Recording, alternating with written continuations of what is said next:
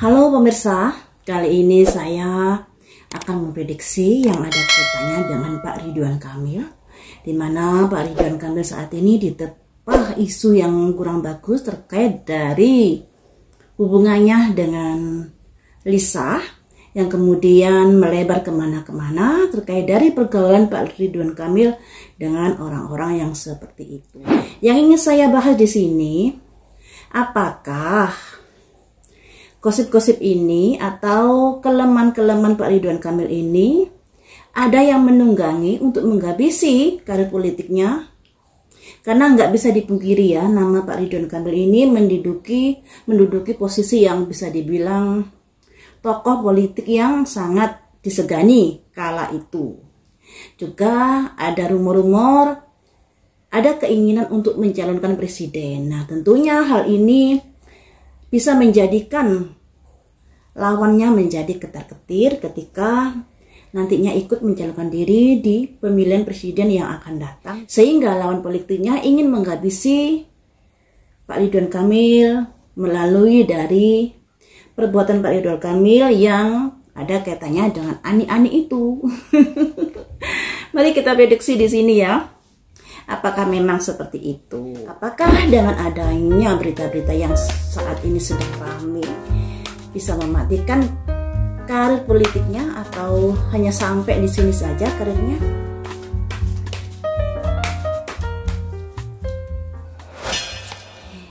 Ada simbol kerjasama, yang artinya Pak Ridwan Kamil setidaknya masih ada yang membantu, masih ada yang menolongnya terkait dari peristiwa-peristiwa pemberitaan yang seperti ini.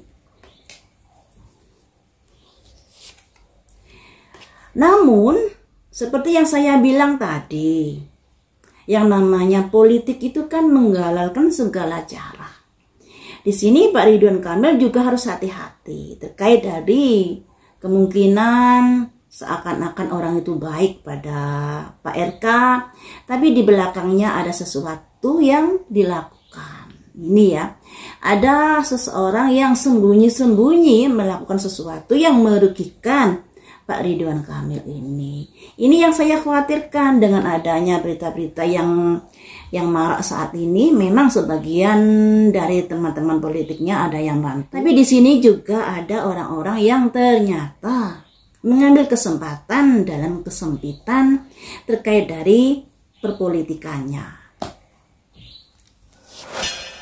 Rilis.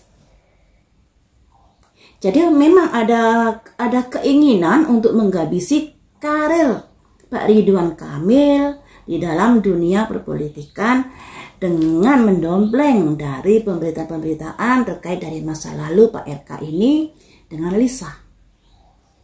Apakah pemberitaan Lisa ini juga ada kaitannya dengan orang yang ingin menjatuhkan Pak Ridwan Kamil ini?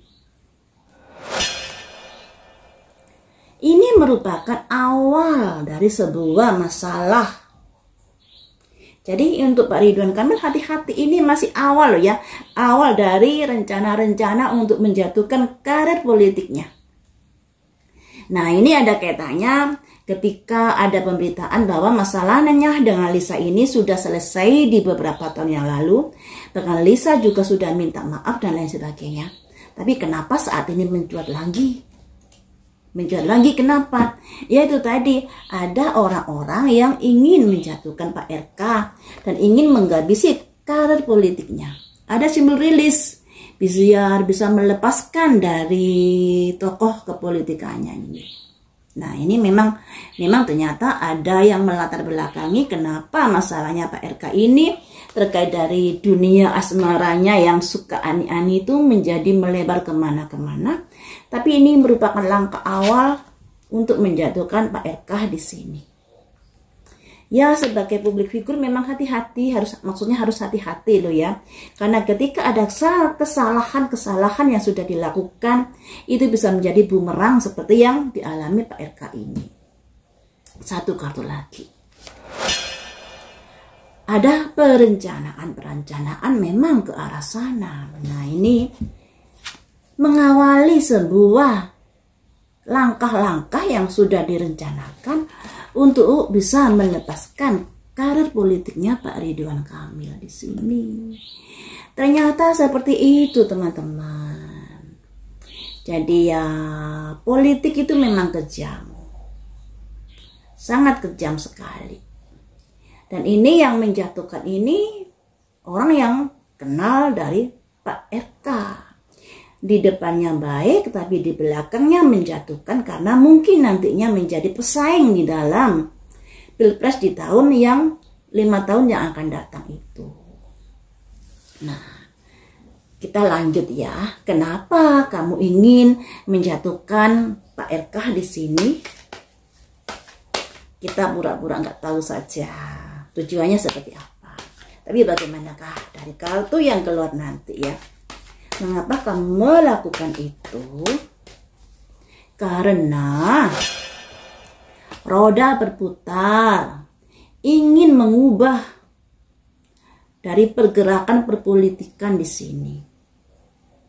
Ada simbol roda berputar di mana Pak Ridwan Kamil ini tokoh yang yang diperhitungkan di dalam Pilpres di tahun 2025 nanti seandainya mencalonkan diri, karenanya dia ingin mengubah peta politik dari Pilpres di tahun 2025. Ini ada simbol the wheel, roda berputar, perputaran nasib. Ini ya. Selanjutnya, nah ini masih merupakan kabar-kabar terbaru. Apakah nanti ada kabar lainnya terkait dari Pak RK ini, atau apa yang kamu lakukan ini juga akan berimbas pada orang lain, pada lawan politikmu? Semangat. Nah, semangat di sini teman-teman. Jadi para tokoh politik yang ada target untuk ikut Pilpres di tahun 2025 harus hati-hati di sini, karena ada seseorang yang nggak mau nanti menjadi menjadi terhalang atas tokoh politik yang yang diperhitungkan dalam Pilpres di tahun 2029 ya. Jadi di sini sudah mulai ada pergerakan untuk menyingkirkan sedikit demi sedikit dengan membuka aib-aib atau kesalahan-kesalahannya. Ada semangat di sini teman-teman, ada semangat di sini. Kita gali lagi. Kemudian apalagi yang akan kami lakukan? Ada simbol seorang ratu membawa jangkir. Nah, ratu ini bukan berarti harus perempuan. Bisa jadi seorang laki-laki yang mungkin kelihatannya lemah lembut pembawaannya, kelihatannya perhatian kepada sesama, tapi ternyata di balik itu ada maksud yang tersembunyi. Atau bisa juga seorang wanita yang memiliki peranan penting di dalam pencalonannya dari orang yang didukungnya nanti. Jadi wanita ini memegang peranan penting di dalam pencalonannya dari tokoh yang sudah diunggulkannya nanti. Jadi mulai sekarang ini sudah bergerilya membabat lawan politiknya agar tidak menjadi pesaing buat orang yang didukungnya nanti. Satu kartu lagi. Seorang wanita juga kan. Jadi dari perencanaan untuk membasmi atau menggagalkan dari tokoh politik yang memiliki nama besar yang ingin menjadi presiden atau mencalonkan presiden di tahun yang akan datang, 5 tahun yang akan datang, ini sedikit demi sedikit dihabisi. Dan ini ada simbol seorang wanita memegang peranan penting di dalam perencanaan ini. Nah, jadi kira-kira siapa? Lebih menekankan seorang wanita. Ya, tadi kan kalau ratu jangkir saya bisa mengartikan ada kemungkinan laki-laki yang memiliki jiwa kewelas asian, lemah lembut, kelihatan baik, tapi sebenarnya ada maksud tersembunyi. Tapi di sini dikuatkan lagi dengan sosok wanita. Jadi yang memegang peranan penting dalam perencanaan ini adalah wanita. Wanita, teman-teman. Untuk menghabisi lawan politiknya atau rivalnya yang dirasa memiliki nama besar atau pesaing besar terhadap orang yang didukungnya nanti, orang yang akan dicalonkan nanti. Nah, kira-kira siapa yang akan maju dalam pencalonan presiden di 5 tahun yang akan datang? Siapa? Nah, tentunya itu juga menjadikan kita bertanya-tanya ya. Kira-kira siapakah yang lebih apa ya? Yang selama ini tuh lebih mengikuti arahan-arahan dari seorang wanita ini. Memegang peranan penting di sini. Nah, kita gali lagi. Apakah yang didukung seorang wanita ini adalah calon yang memiliki jabatan saat ini, atau ada ciri-ciri apakah di sini ya? Mari kita lihat. Ciri-ciri apa yang sudah didukung oleh seorang wanita ini terhadap yang akan dicalonkan di Pilpres yang akan datang. Masih muda, ya masih muda, sudah merencanakan sesuatu, memperhitungkan sesuatu, perencanaan-perencanaan yang sudah disusun mulai sekarang, masih muda. Kemudian ciri selanjutnya, semangat. Nah, semangat ini di angka 1, ide-ide yang sudah dieksekusi mulai sekarang. Jadi sudah bergerilya menindaklanjuti rencana-rencana yang sudah direncanakan. Selanjutnya cirinya ada 8 koin. Nah, 8 koin ini meletakkan pondasi demi sebuah kesuksesan, demi sebuah mimpi yang ingin diraihnya. Angka 8 ini sudah mendekati angka 10. Berarti seseorang ini memiliki kayak posisi yang bagus untuk saat ini. Karena sudah mendekati angka 10 ya, tinggal 2 langkah lagi dia sudah bisa meraih sebuah kesuksesan. Siapakah gerangan yang didukung oleh seorang wanita? Dan anaknya ini usianya masih muda, sudah berusaha melancarkan rencana-rencananya saat ini, dan dia sudah ada di posisi 8 saat ini, di angka 8. Tinggal selangkah 2 langkah lagi bisa meraih apa yang diharapkan jika berhasil ya, jika berhasil. Kemudian ada 5 cangkir. Apa yang dilakukan ini terkait dari kekhawatiran-kekhawatiran yang menghinggapi pikirannya. Jadi ingin melapangkan jalannya untuk menuju Pilpres yang akan datang ini sudah dilancarkan mulai sekarang. Karena ada kekhawatiran-kekhawatiran yang bisa terjadi di dalam rencana-rencananya itu. Terlalu banyak kekhawatiran di sini. Ini 1 kartu lagi.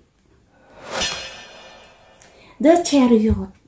Seperti yang saya bilang tadi, rencananya sudah mulai dieksekusi sekarang. Nah, bisa jadi ini juga tidak hanya pada Pak Ridwan Kamil, bisa juga pada rival politiknya yang dirasa menjadi pesaing di pemilu yang akan datang. Ini teman-teman. Dengan begitu beraninya Lisa ini ngomong di publik dan lain sebagainya. Nah, tentunya tujuannya untuk apa? Yang pertama ya mungkin Lisa memperjuangkan anaknya, bisa jadi seperti itu. Tapi kalau memperjuangkan anaknya, kenapa saat ini ada konon kabarnya Lisa diem? Apakah sudah ditransfer 2,5 miliar sebagai tutup mulut? Ataukah ada hal-hal yang lainnya? Nah, mari kita lihat. Untuk Lisa, kita lanjut ya. Lisa, kamu membuka mulutmu saat ini, apakah karena ada suruhan seseorang, ataukah itu karena lahir di dalam dirimu sendiri, keinginanmu sendiri? ada simbol ratu koin, teman-teman. Ratu koin ini tadi juga ada simbol ratu cangkir. Ratu-ratunya keluar. Jadi ada tendensi masalah uang juga untuk Lisanya ini. Dan kalau ada ratu koin, tadi kan yang saya tanyakan apakah Lisa ada yang membackup-nya dari belakang, menyuruhnya dan lain sebagainya. Ini memang ada. Jadi yang bergerak di sini lebih ke arah perempuan yang memiliki kedudukan, atau bisa juga nggak memiliki kedudukan tapi memiliki pengaruh besar di dalam negara Indonesia. Nah, perempuan ini ternyata ada kaitannya dengan anak muda yang sudah merencanakan sesuatu, meletakkan pondasi-pondasi untuk bisa mengikuti Pilpres di tahun 2029. Dan itu sudah rencananya sudah mulai dijalankan sekarang terhadap rival-rival politiknya yang dirasa bisa menjadi pesaing berat di Pilpres yang akan datang itu. Jadi ini ada unsur politiknya juga ternyata. Masalahnya Pak Ridwan Kamil